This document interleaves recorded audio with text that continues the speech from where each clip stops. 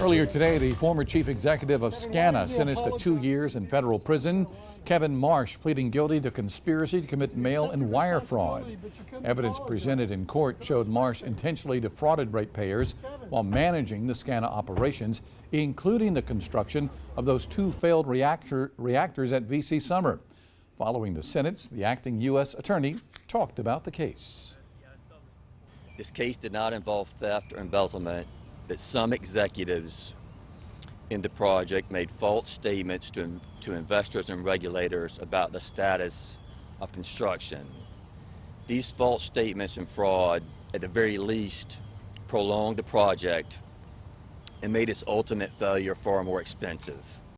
Marsh is the first defendant in the case to be sentenced. The U.S. Attorney's Office also obtaining felony guilty pleas from former SCANA executive Steve Byrne and former Westinghouse executive Carl Churchman. Now, a closer look at that failed reactor project from a few years ago. SCANA teaming up with state-owned Santee Cooper to build 2 new reactors at the site.